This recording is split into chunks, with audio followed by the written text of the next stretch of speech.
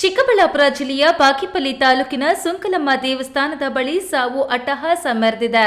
Thar car, auto ಮತ್ತು canter container ನಡುವೆ ಸಂಭವಿಸಿದ ಭೀಕರ ಸರಣಿ ಅಪಘಾತಕ್ಕೆ 5 ಜನ ಸ್ಥಳದಲ್ಲೇ ದುರ್ಮರಣಕ್ಕೀಡಾಗಿದ್ದಾರೆ. ಪೆರೇಸಂದ್ರದಿಂದ ಬಾಗೇಪಲ್ಲಿ ಕಡೆಗೆ ಹೊರಟಿದ್ದ ಆಟೋಗೆ ರಸ್ತೆಯಲ್ಲಿ ಅತಿ ವೇಗವಾಗಿ ಬಂದ ಥಾರ್ ಕಾರು ಹಿಂಬದಿಯಿಂದ ಬಲವಾಗಿ ಡಿಕ್ಕಿ ಹೊಡೆದಿದೆ.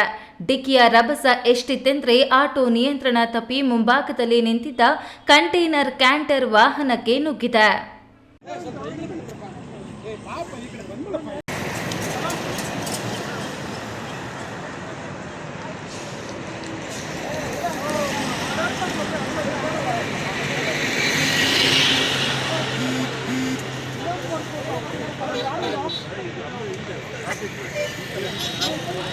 ಎರಡು ಬಾರಿ ವಾಹನಗಳ ನಡುವೆ ಸಿಲುಕಿದ ಆಟೋ ಸ್ಥಳದಲ್ಲೇ ಸಂಪೂರ್ಣ ನಜ್ಜುಗುಜ್ಜಾಗಿದೆ.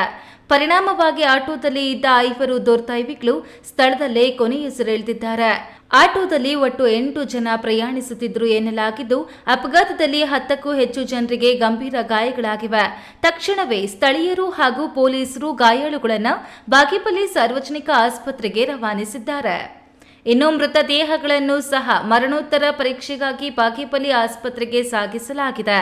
ಆಂಜಿನಪ್ಪ 35 ವರ್ಷದ ಆಟೋ ಚಾಲಕ ಆಂಜಿನಪ್ಪ, ಬಾಗೇಪಲ್ಲಿ ಟೌನ್ನ ನಿವಾಸಿಗಳಾದ 55 ವರ್ಷದ ಉಮಾದೇವಿ, 40 ವರ್ಷದ ವಿಜಯ, 50 ವರ್ಷದ ಲಕ್ಷ್ಮಮ್ಮ ಹಾಗೂ ವೆಂಕಟರಾಮಪಲ್ಲಿ ಗ್ರಾಮದ 65 ವರ್ಷದ ಸರೋಜಮ್ಮ ಎನ್ನಲಾಗಿದೆ.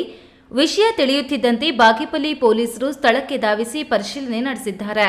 ಇನ್ನು ಚಿಕ್ಕಬಳ್ಳಾಪುರ ಜಿಲ್ಲಾ ಪೊಲೀಸ್ ವರಿಷ್ಠಾಧಿಕಾರಿ ಕುಶಾಲ್ ಚೌಕ್ಸೆ ಅವರು ಘಟನಾ ಸ್ಥಳಕ್ಕೆ ಖುದ್ದಾಗಿ ಭೇಟಿ ನೀಡಿ ಪರಿಶೀಲನೆ ನಡೆಸಿ ಮುಂದಿನ ಕ್ರಮಕ್ಕೆ ಸೂಚಿಸಿದ್ದಾರೆ.